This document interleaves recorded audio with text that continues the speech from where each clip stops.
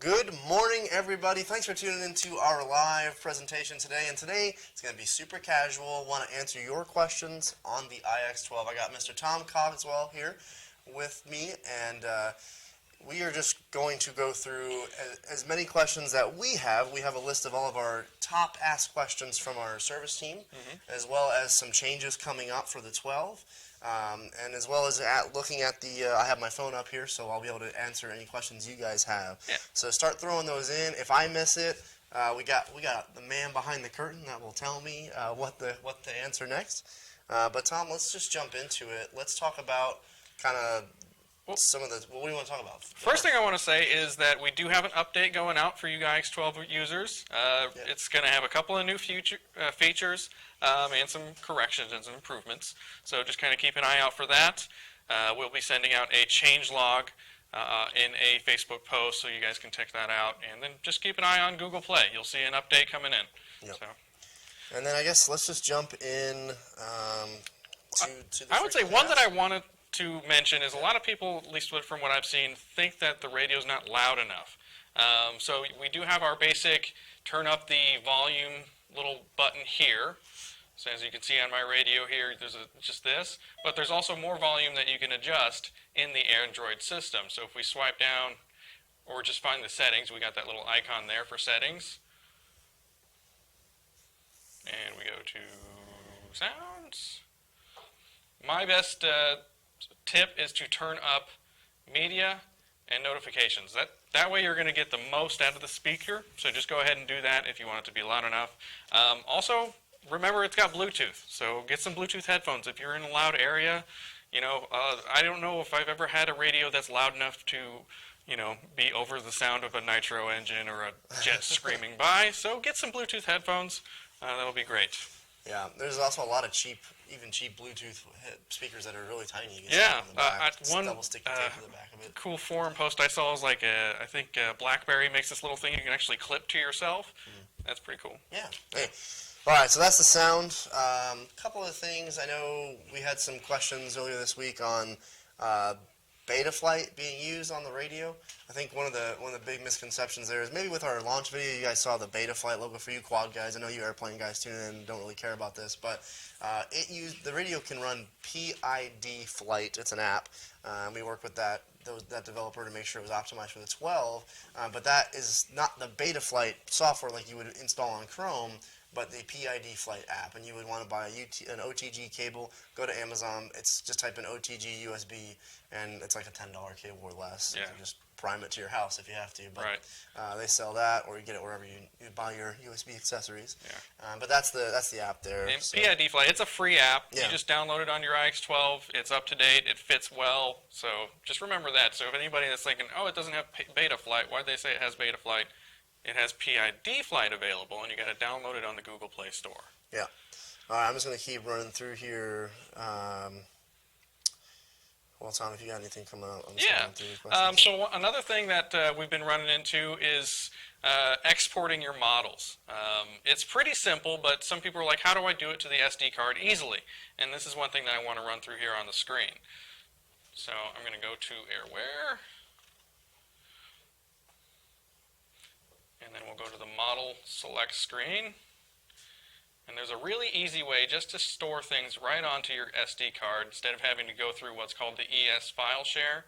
So I'm going to hit there for export models. And I can select all my models. Export. It's going to save the one I'm on. And it's going to bring up this menu. We're going to use ES Save To. Right? So you've got a bunch of different things that might make it confusing how you save it, but it gives you every option to be able to export a model or export a file in this menu that pops up. We're going to use ES Save To. That's the program that's already built into the radio. And you'll see a little back arrow there. So you could just save it right here to the root directory of the radio, but an easy way to get to the SD card is just hit the back arrow and go down to Storage eXtSD. That's the external SD card. That way you can save all of your models or whatever model you picked straight to the SD card. Real simple way to do it instead of having to try to use the ES file share backdoor or whatnot to export those models.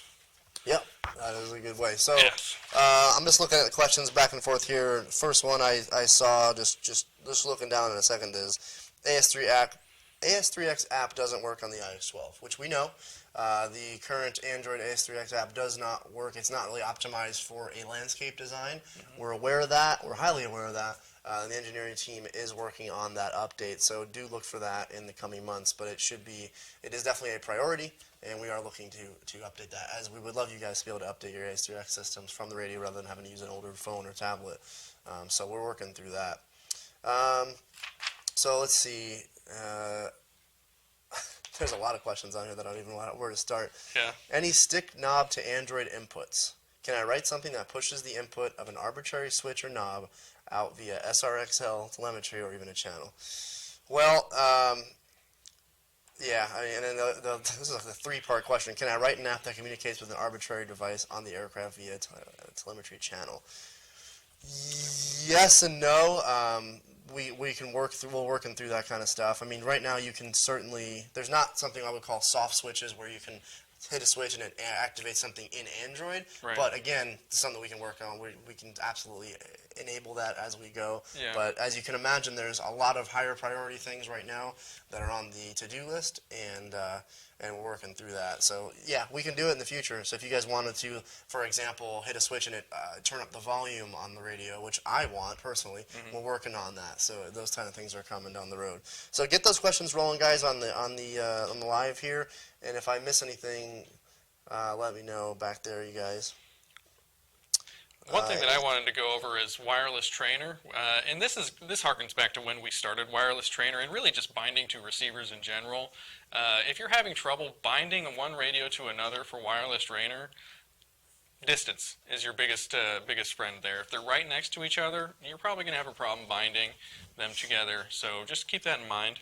Wireless trainer is super easy on this. I think it's easier than any other radio. Let's run through the setup quick on that. I know there was one question on the live. Is the buddy boxing with wireless easier on the 12, which you're kind of getting to? Yeah. Let's just kind of run to the screen here. So I think it's in model setup. So we go to model setup. You tap on trainer. Proceed. They're turning off the RF there. And then we tap on wireless trainer. And this drop down here will be the types of trainers that we can use. Just tap on that. The one that I like to use is Pilot Link Instructor. That essentially just takes the stick of the slave radio, the trainee's radio, and outputs it through the master radio. You don't have to put any settings. You don't have to do any reversing or sub trims. It just is real simple. You tap on that. You choose a switch that you want to use for training. Tap on bind. Press and hold bind. And it'll go into bind mode like you'd be used to binding to a receiver. And then you bind your radio to the iX12. It's real simple. It's really easy, yeah. And I use this for a lot of different things, but certainly super easy for you guys. Teach your friends, teach your kids. You can even take like a MLP4 and you bind can, it to your 12. Anything and DSM2 or DSMX will bind to this. Yeah. Yeah. All right, let's go through while we're waiting on some. Oh, you know what? Here we'll answer this. Is there any feature for gear sequencer for doors and gears, etc.? Absolutely, yeah. The 12 has, just like our 9 and our 18 have a sequencer function. I don't know if you want to pull it up there. Yeah, we can. But we won't go through the whole programming. There will be, and I don't know, we don't have a video on this right now, right? Sequencer. No, we don't. But we're going to work with David Payne, one of our developers, on a full video on how to do sequencing the proper way. But for just quickly, there's a screen on the screen now that you'll see the sequencer there. So you can adjust, a specific channel to a specific time, how fast you want it to open or close, and then there's a little, if you hit the switch, you'll see the kind of graph go across there, and that's, channel up, channel down. Yeah, if Tom sets it to like any switch, you can kind of see the sequence happening, and just flip that, you should be able to see the bars going across. There you go. Yep. So you'll see that, then that's the gear doors opening and doors closing, that sort of thing. So Yeah. the sequencer is really... It's just like 18, 9 sequencer, but more graphically pleasing, I suppose you could say. Certainly, yeah. So, I mean, if you're familiar with that, we also have a video for those that's already out. So, that would be a good guide to this. Also, the manual covers it pretty well. So, but yeah, I mean, we do have in the works, working with, like you said, David Payne, who is a guru for giant scale stuff. Yeah, he's done a lot of sequencer. I myself, not so much. Yeah. So let's have him do it. We'll have a video coming up real soon, guys. We're working on a bunch of more videos for our how-to series, so look for that soon. So another question that popped up here: what happens? And I've answered this a few times, and I'm happy to answer this question. What happens if the app crashes mid-flight? Well, the good news is that was obviously something we all thought of in the development process, which was, Android is open source. It's pretty stable, but it could crash, and it will probably crash in some point in the products in the life cycle of you owning that radio. It may crash. I'm not saying it happens. It's not happened to me yet with mine, and I've been beta testing it for a lot longer than you guys have. I've been using yours, but anyway, if the app crashes, if Android crashes, the channel processor, which is what controls your model, is a separate unit from Android.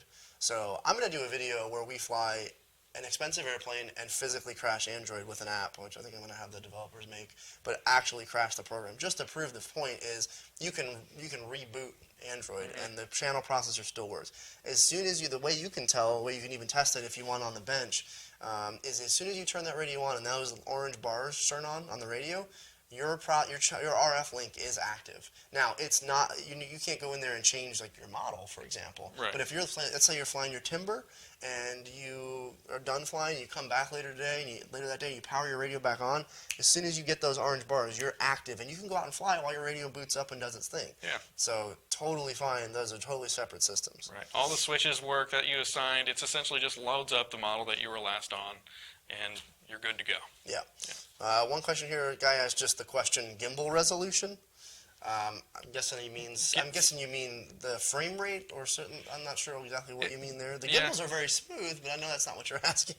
If he's asking about the actual steps, they're 2048. Yeah. That's the channel output on the first 4 channels, I want to say. Yeah, it's definitely. I think it's more than the first 4, but yeah. Well, it's the main control channels are 2048. Yeah, your throttle, aileron, elevator, rudder, all those will be the high. All right. So keep those questions rolling, guys. We'll keep this thing moving here. We have a YouTube question. YouTube, okay, yeah. Let's get these at AMA East. Yeah, yes. Certainly. Yeah, we had these at AMA West. We definitely will have it at AMA East. I think we had a whole booth set up with a 12 playing a video of it self-programming, and then there's a couple on the table for you to play with. So, if you're in the New Jersey area, Secaucus, I think is where that's at, definitely come out and check AMA East, and that is happening 2 weeks, 1 week? Late February. Late February. Oh, so a few weeks out. So, but definitely check that 23rd to the 25th. Cool. We will be there. Any other questions from YouTube?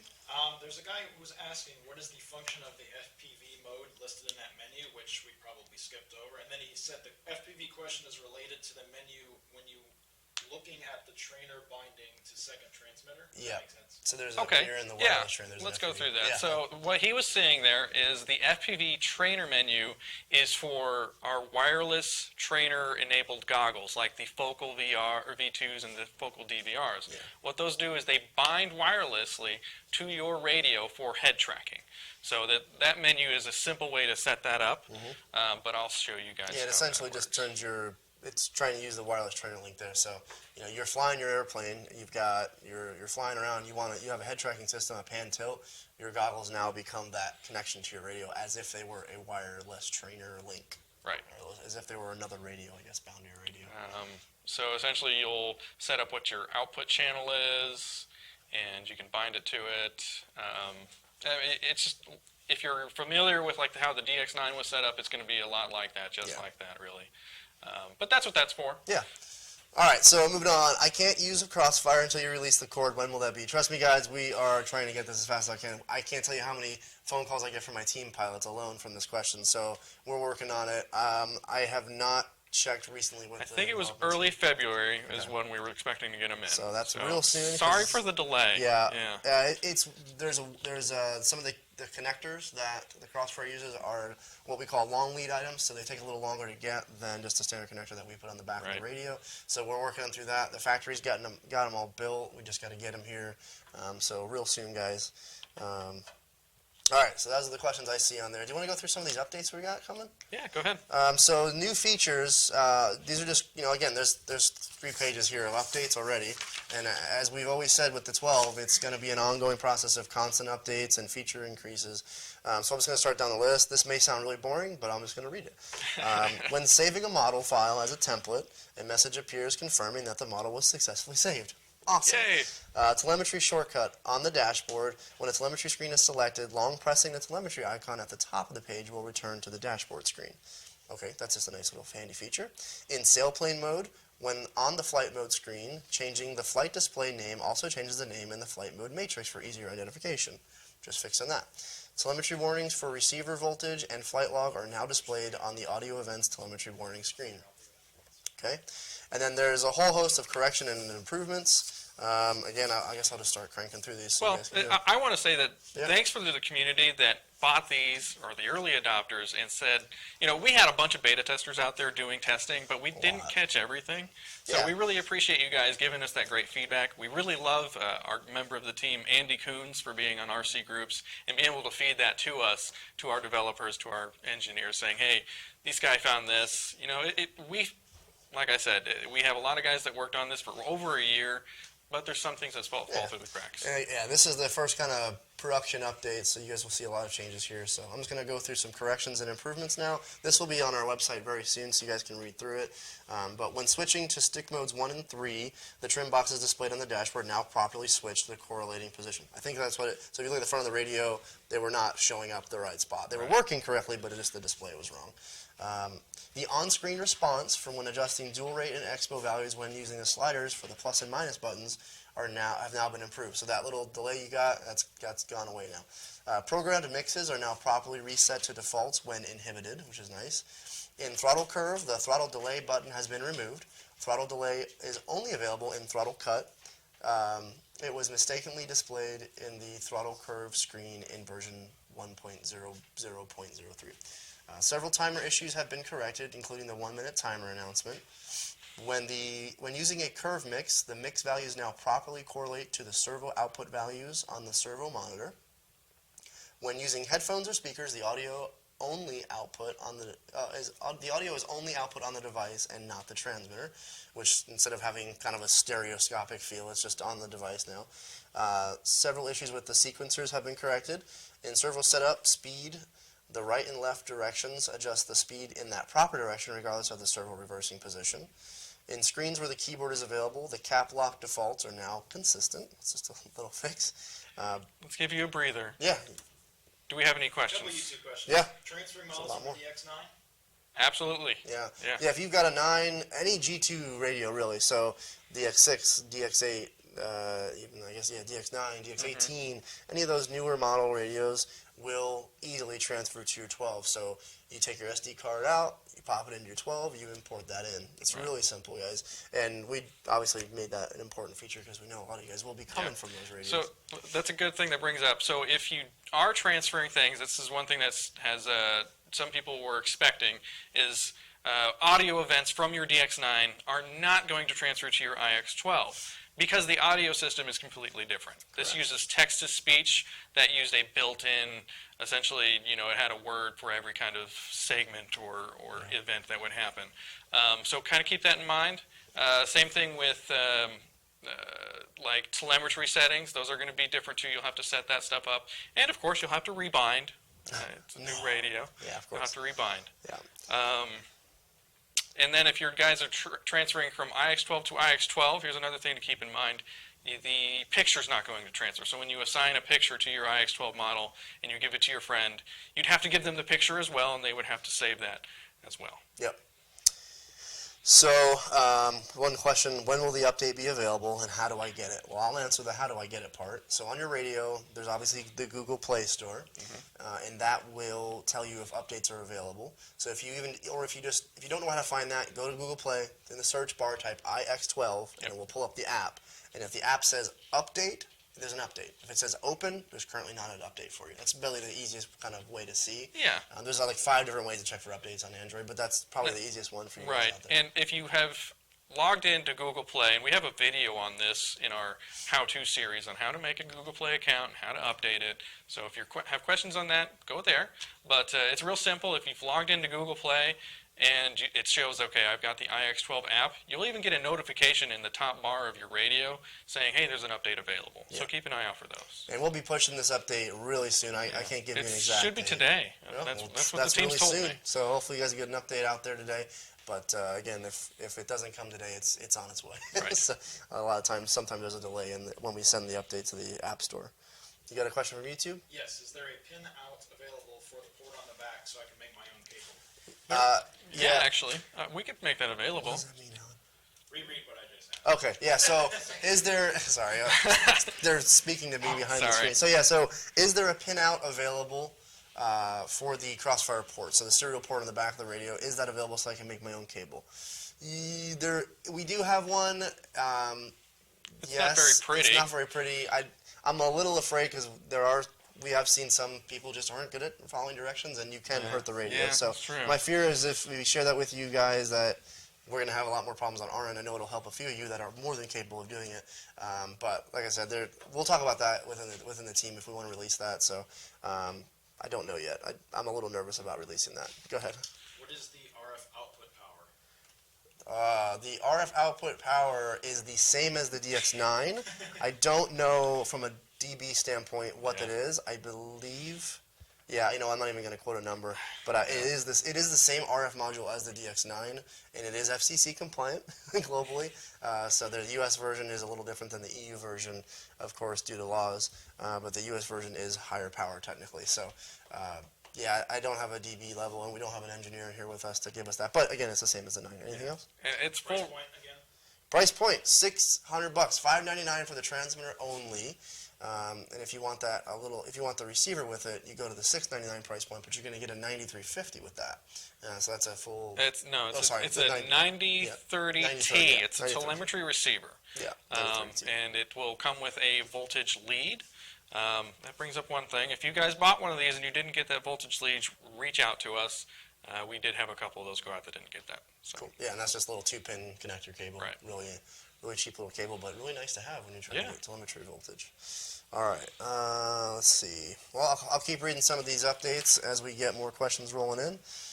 So battery transmitter voltage now displays in 1/10 volt increments at 4.0 volts. So you're going to see a little bit more detail when it comes down to after the decimal point there for voltage.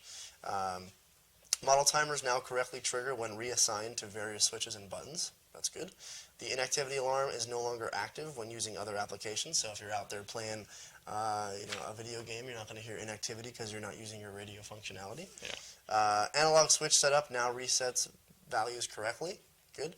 In the model start alert servo output screen, all switch and stick options are now available. When switching models, uncommanded random audio warnings no longer occur. I like that. That's good.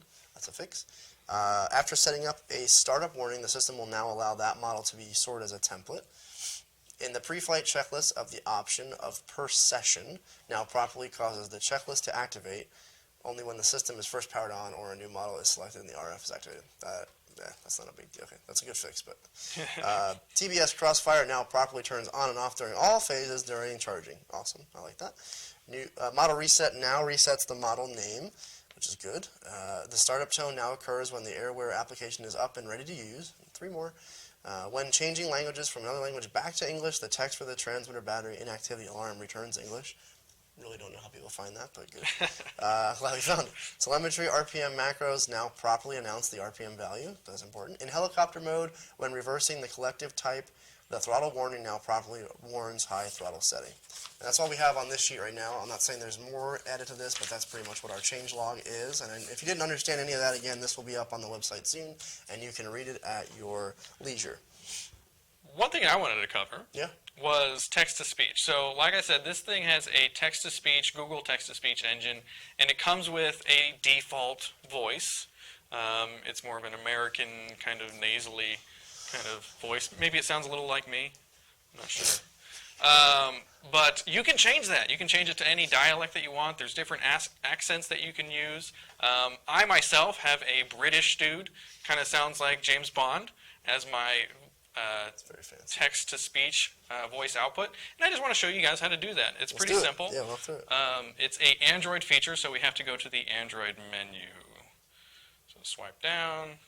And this is my favorite way to get to settings. If you swipe down a few times and you get into this drawer, just tap on that gear-looking icon in the top right. And we're going to go down to accessibility. That is the menu that has text-to-speech in it. And we'll scroll down some more. Looking for text-to-speech output. So we'll tap on that. And you have text-to-speech engine. You have speech rate. That's another thing that we can look at. You can actually make it speak faster or slower. And then to change it, we tap on that gear over there. And this is where we change the language. But before you change the language, you want to install the voice data. So if we tap on that, it'll ping Google server and we'll say, okay, we've got all of these available. So in English, we've got Australian, Indian, United Kingdom, United States. So you can choose any of those, and then when you tap on it, go to it for me. When you tap on the voice set, you can choose the different male, female, whatnot there. And then if you go to a different voice that's not already installed, you'll see a little arrow there that means download the text-to-speech voice set. So you download that. Let's say we've already downloaded it. And then to change it, you tap on language, and those are the ones that are already on there. Pretty simple, but if you guys want to change it, go there. You kind of just peruse through it. And then also keep an eye on Google Play for updates to text-to-speech, because there's going to be new voices. I don't know if there's any ways to put voices like Morgan Freeman on there, but maybe you could figure that out. But yeah, that's how you can change always it. add an audio file that, if he says something, you can have him hit. Well, yeah, that's another thing. Yeah, you can make it play whatever. Certainly that, yeah. Yeah. All right, back to this. Hey, John. Can you demonstrate how to change a 3-position switch to act as a 2-position switch? What I'm looking to do is have a bailout/gyro switch on the right side. I do not want to use the current 2-position switch there is as my throttle hold. Yeah, actually, we do this a lot. So if you go, just go to switch assign or Yeah. Well, so assign that 3-position switch to your model, and you know what I'm talking about, right? Yeah, I think so. Yeah. So we're going to go down to channel assign. And this is where we can set up switches to change what channel they activate or change. So let's say the bailout channel is the gear channel. which it would be. By default, it's on A, but it's if we on wanted to use a different switch, we just tap on that down arrow there, and you can literally just flip the switch that you want. I flipped the H switch. Get a 3-position switch. That's A 3-position, yeah, okay. He wants a 3-position. But same thing. Yeah, same thing. Pick a 3-position switch that you like. I'll pick the D. Yeah. That one has a lot of voice on it. I do. This is my one of my quad models, and it does a lot of different things. So now you've got the switch selected, and then you can just go in and adjust the travel wherever you want it to hit or not. I think if that's what you're doing. So if you want it to only swipe between a certain path, you just kind of adjust the travel. I don't know if you want to show So that. that would be in the travel adjust menu, servo setup. So you'd go to servo setup, and then we'd look at travel for gear.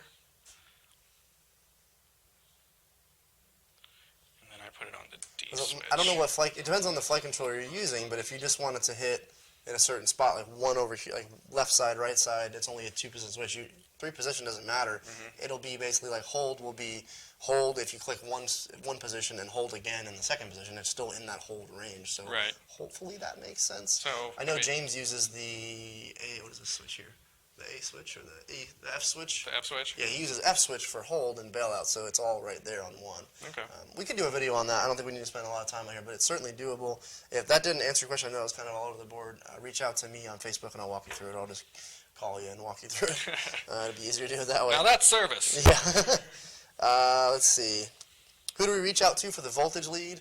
Call service. Call the support team, and they will I got the number on the top of my head. do it. 877-504-0233. Yeah. Give them a call. Just say, hey, I got an iX12 and I didn't get the telemetry lead. They'll hook you up. Yeah, and then same question here, well, different question, but when can the Crossfire cable be ordered? You can pre-order it now, but it will be shipping hopefully soon. So, again, I guess we can have a better estimate for that real soon. But that cable can be ordered, so get in the pre-order list so that you get yours first, just in case we don't get enough. But I know we have plenty of them. Last I looked, I think we were going to have plenty, but Yeah. do it sooner rather than later. Do we have any questions off of YouTube? No, one more person mentioned the low audio volume, so maybe just have reference the beginning of the. Yeah, reference the beginning of the video. I mean, it's real tough to make the speaker system super loud, or loud enough to support every environment. So, we go to a jet field, you can't hear a radio. All you hear is a jet airplane. You go to a gas field, it's hard to hear over a 50cc engine. Right. Or if it's windy out, it's kind of hard to hear. So best thing I can recommend is go into your Android system settings and throw those media and notification volumes all the way up, in addition to having your Airware app volume all the way up. And if that's not enough, you're going to have to resort to either a small Bluetooth speaker on the back. You can probably get really cheap, sticky tape to the back of the radio, wear headphones, or wear Bluetooth headphones around your neck. And some other companies even make stuff you can attach to your shirt. I know that's not the answer you probably wanted to hear, but it's at this time there's no way to make that speaker any louder than the loudest it can be. I think a lot of people are hearing it when the Android system is all the way down and they turn up their Airware app. It's not the full maximization of the sound, so make sure you do that.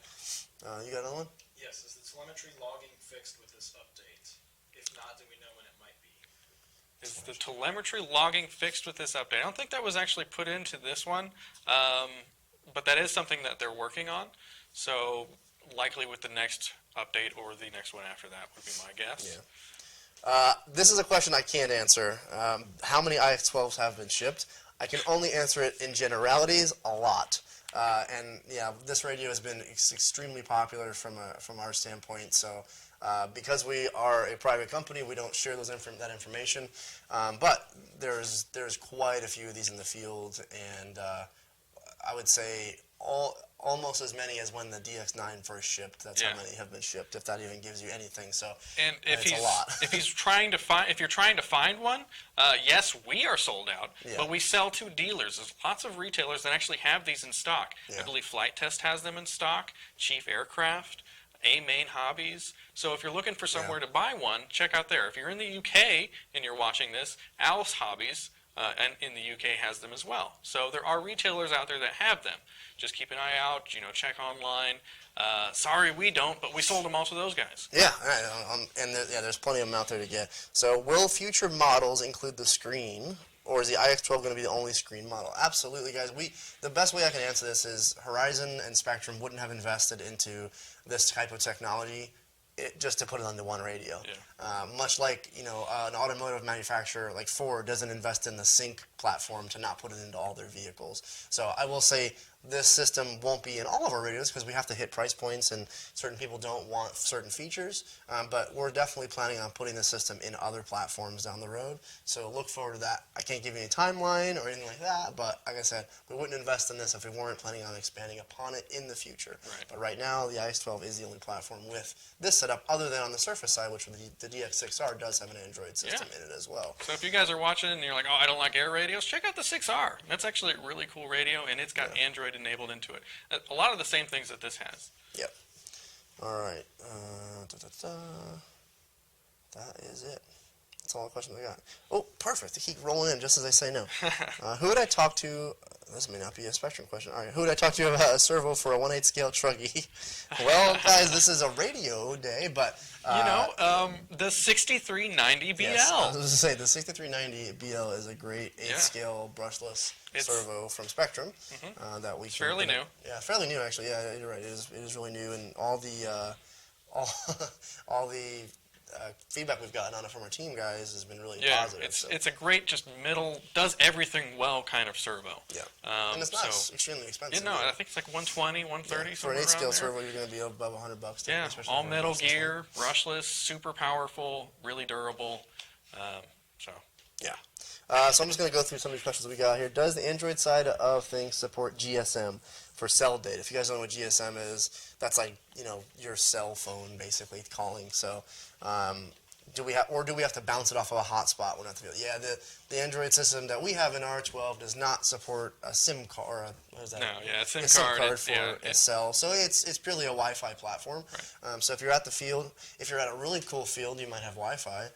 But if you're like us and just have a really nice field with no Wi-Fi, you're gonna have to hotspot it. But a lot of the features you use on your radio don't require Wi-Fi, but if you are at the field, I always just throw mine on my phone if I need to download a new model or do something quick online. Right. But a lot of times I just leave the Wi-Fi off. And he mentions downloading a new model. That's one thing that when one guy had asked about transferring the DX9 model, you can go to our website right on the radio and download models. So all of our BetaFlight aircraft, we keep up to date on a list of models that you can download.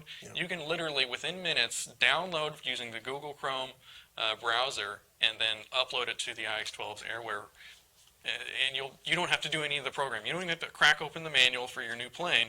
Just download it onto your iX12. Yep, and that will continually get easier and easier as we get the full realization of what BetaFlight really is. Yes. So when you reset a model and you want to cancel, my radio will not let you cancel, and you have to reset. I'm not really sure what you mean by this. Is there a fix for this as well? So yeah, as soon as you hit the reset button, you're resetting that model. There's no way to cancel that process. Just like if you hit the power down button on the radio, you got to see it through. I don't know if that's what you're asking, but I think so. FYI, when charging, holding the power button to turn on the radio does not work. It is fixed. I don't know. It doesn't. I don't see it in here, but I'll certainly pass it on to the guys. I haven't run into that I haven't myself. run into that either. I usually keep my radio on charge at my desk a lot. And Yeah. That's interesting. Okay, and then the other one was, have you guys had any troubles with needing to reboot a lot, and if so, for what reasons? What do you recommend as a wait time for deboot? For boot time, the best thing I can say is when you do fire it up from dead cold, like off, to power on the radio, and just let it run until the Airware app opens. A lot of people will, as soon as they see the Android screen, they click on the Airware app, and that just throws an unneeded lag into the system because it's trying to already do it. So the system, when it boots, it goes right into Airware rather than you having to click it. So just let it go all the way up into the Airware. You'll see a model pop up, the last model you were on, and that will come up. That's about a minute and a half from dead cold, maybe 2 minutes if it's really cold. But no, it's typically a minute 30. I think I say that because I was out this morning at the field and it was 30. It was like 30 degrees and windy, and James' radio took a little longer to boot up. Did it? Was dead cold. Interesting. But anyway, I would say that. And then if you guys are not using the quick sleep feature, I'd say we show that real quick. I know most of you probably know that, but you shouldn't be turning your radio off from dead cold. I got that, thanks. Every day. So, or every time you go to fly, I mean. So I definitely turn my radio off every day, but let's just show quick sleep. Yeah, so we'll demo the quick sleep feature. Essentially, you just double tap the power button like that, and it'll bring up the sleep menu. You just press and hold on this large button here, and she's off. Tap it one time, the power button, and she's back on. It's instant. Also, if you want to put it to sleep by not double tapping, there is a sleep menu. Which is there for, I guess, if you want it, but I never use that. But yeah, it definitely brings up that same if you menu. need to. Yeah. But yeah, guys, this feature here turns off the RF deck, which is a pretty large power consumption. Turns off the screen, which is a even larger power consumption. And so when you're in between flights, let's say you get done flying, you come back to the table and you grab a sandwich, put your radio into sleep. There's no reason to turn it all the way off. If you're going home for the day, kill the radio, go to that full, hold down the power button, then hit power down. That'll shut down all of Android and the radio too.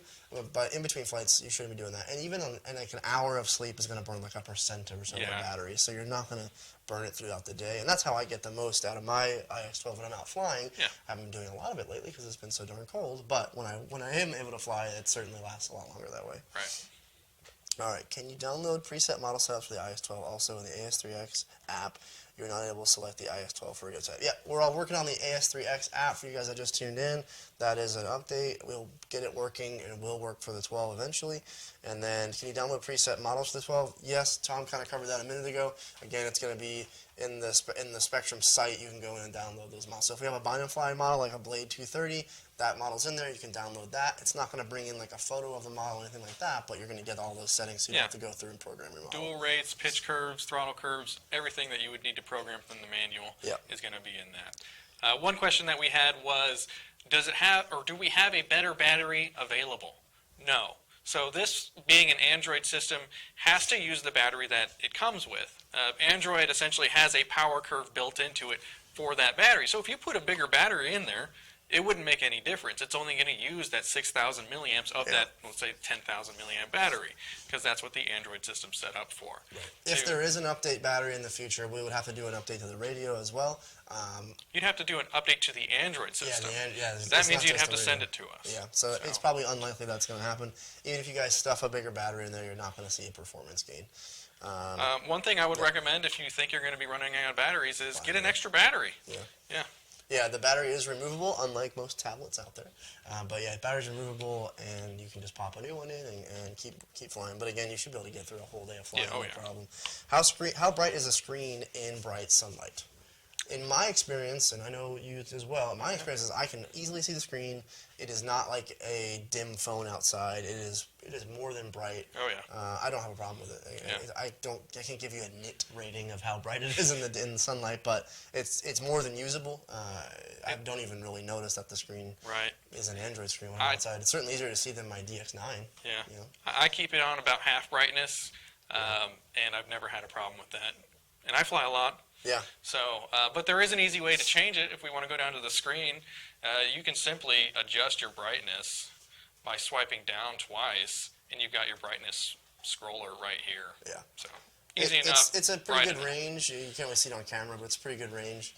But you certainly can do that. So let's see. Can you show some of the servo setting parameters, travel, reversing? Some people are saying that it's a little slow in that menu. That is correct, and in this update that we're pushing really soon, some of that's updated. Yep. So there are some, a little bit of slow things there, but if you want to just show that I mean, menu. I've got the update on my radio because I'm special. Ooh, I don't even have that. Yeah. But I'll show you guys. I do have a video out covering all the servo setup menus, but we'll run through it real quick. Yeah, just to kind of show. I mean, I guess that he's just trying to see how different it is. Yeah, we've got servo setup here. We have reversing. That's the first menu. Obviously, we can just do reversing. We could just tap to reverse. If it's a throttle, it's going to ask you, are you sure? Because that could be dangerous. And then we can do travel. And there is a tiny bit of a delay, you guys will see. That's normal. Essentially, it's pinging the CP processor, saying, okay, what are my settings right now, bringing them up on screen. So, yeah, you can expect a tiny bit of a delay. It's milliseconds, really, but we can kind of scroll through it. I think a good one we could show is, like, here's sub-trim. We could easily sub-trim our channel here by hitting the slider. Yeah. Or we can do plus and minus on the ends to adjust it, and hit reset to go back to 0, and OK to save it. And you can do that for all 12 channels. So, speed is another one. We can change the speed of the channel. Absolute travel, which is essentially helps it so you don't overdrive a servo. You don't want to go beyond a certain point on a control surface. So there's that. And guys, if obviously we don't have time to go through everything here, but Tom has done a really great job of putting together some really how-to videos, really good how-to videos on the 12. So those are on Horizon Hobby Products YouTube page. So it's just type in Horizon Hobby Products on YouTube, you'll pop to that page. Yeah. And then there's a whole playlist. I think it's like 10 videos. Right yesterday we added 2 more. I believe there's 15. So yeah, tons of content there, and you get to listen to Tom, sometimes Pete. Sometimes Pete. If you really and eventually, like we were talking about earlier, David Payne. Hopefully we can get some of the other guys, James Haley, Ali Machinchi. Yeah, we're going to, and guys, if you're tuning in today, next Friday, right? Next Friday we're doing a live setup? Yeah. So next Friday, if you want to tune in again, we're going to do a live setup on an aircraft. I don't know what it is yet. I don't know if you have that schedule yet. But it's going to be either an airplane or a helicopter or a quad. It may be one of those 3, but we'll let you know by next week. You know what, even right now, if you guys want to see something in particular, let us know. Send us a message. You can comment on this video. Say, hey, I want to see you guys set up a BetaFlight quad. We can do that. Yeah. And David, we did say when the update will be out. It should be out. It could be out today even, but if not, it'll be out very, very soon. I know the team is working on pushing that. So. Yeah. The plan is today. If it doesn't happen today, there's probably some extraneous circumstance that caused it not to happen. But I will do my best to make sure it goes out today. Yeah, and as soon as it is, follow up with our Spektrum RC Facebook page and Instagram, and we'll make sure to push those up so you guys know when they're out. So if you're at work and you see our Instagram push, you can go home and download your radio. Follow us on Instagram. Yeah.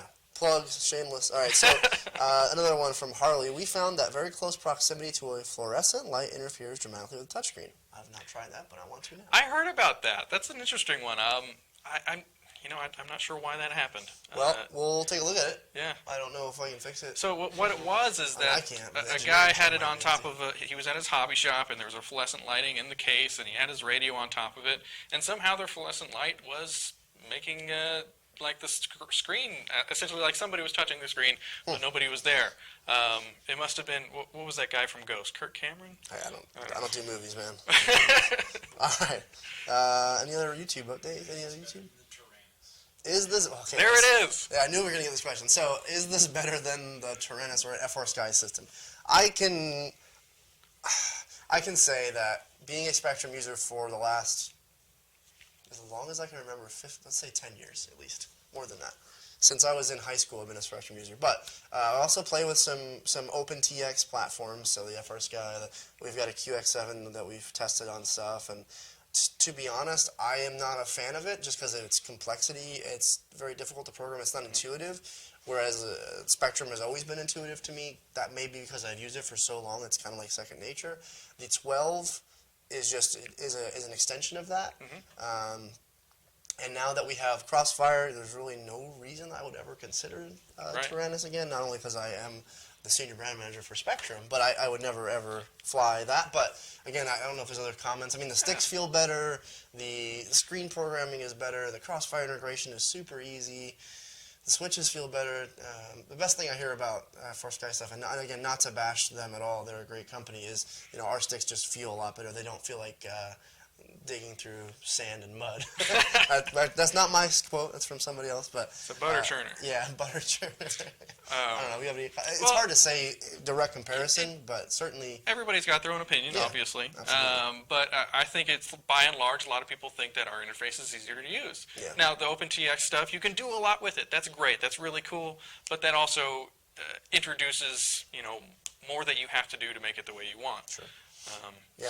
I think overall I like it. I like the 12. I think a lot of people like any Spektrum product because of its ease of use, its intuitiveness, the support you get from Horizon.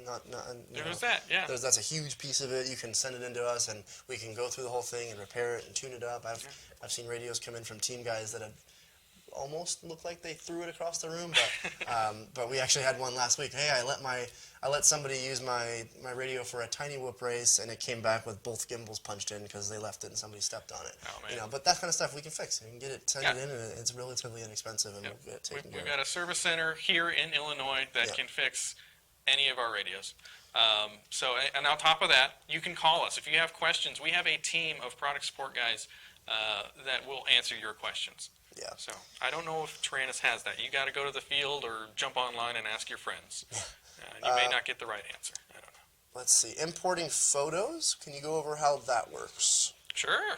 Let's just do that real quick. There's a lot of actually questions rolling in now, so really? it sounds like we've got some. But that's okay. I got nothing to do. It is lunchtime, but that's okay. I mean, if they want to buy us lunch, we can stick around. Let's go ahead and show them the videos there. Okay, so as you can see on my screen for my chameleon quad, I have a picture of a chameleon. Wow! So to change that, you go to proceed here. You tap on the menu for model select. I can select my chameleon, and you can tap on the picture here. And you can choose one of the default models, or you can pick image from gallery. What that's going to do is it's going to ping every image that it sees on your iX12 and in the SD card. You can even download photos from your Google Drive or however you want and pick it from that gallery. I'm not going to open that up because this is connected to my Google account. I don't want you guys looking at my kids and stuff. But that's how it's done. All right, well, that's pretty easy to do. So moving on from there, what is the largest size SD card I can run? I think I saw that way back there. 128 gigabyte. That is a big card. Yes. So you can put a lot of stuff on your 12. And that's like, I'd love to do how many models that would take to fill it up. I know, right? Probably the tens A of model's thousands. like 50 kilobytes. A lot of models. So. More than anyone owns ever. Let's see. Are the pots upgraded on this radio compared to the old DX6i? If I said no, I would be slapped. No, this is certainly a huge improvement from the DX6i, being that radio is, gosh, 7 years old. 7 or 8 years old. Yeah. So this is using a new gimbal, and if you guys haven't seen the new gimbal design and the adjustments, check out the videos and check out the launch video. But this gimbal feels, like I said, if I was blindfolded, and I use this a lot, if I was blindfolded, I really couldn't tell the difference between this and the 9. Yep. And it just feels like the 9. It's got that quad bearing in there. It's really smooth. Yeah, it's certainly an upgraded pot. And for those of you who don't know the term pot, a potentiometer inside the gimbals are much better, and the switches are better. All in all, better radio. Yeah, the gimbals they feel the same, but there's more accessibility. You can do a lot more adjustments without having to take anything apart. It's simply right on the front. Yeah. Okay, so when will we know if we registered soon? Will we know if we registered in time for the iX or for the Legend kit? The Legend kit. I was waiting for somebody to bring that the up. Legend kit. If you guys opened your 12 and you saw a little thing in there, it said thanks for starting with us and whatever, and there's a Legend kit. If you register your radio in the first 100 radios to be registered, which I'm sure happened on day one, Yep. you were able to get this Legend kit. And Legend kit comes with a cool hat. It comes with some other stuff, some other goodies in there that's all listed on that card, and that is happening really soon. We've got that list. We do. And we're working on finalizing that Legend kit up from our vendor. Yep. And we'll get those out. So we should be able to make that announcement really soon. So what we're going to do is we have all your emails that you registered. We're going to send out an email to you guys, those first 100, just to confirm that you still own it, you didn't return it or whatnot, or it's not your friend's radio. We're going to make sure that we have the right address. And just to confirm, hey, thanks, and what's your address, just make sure, and we'll get them out as soon as possible, hopefully within the next couple of weeks. Yeah.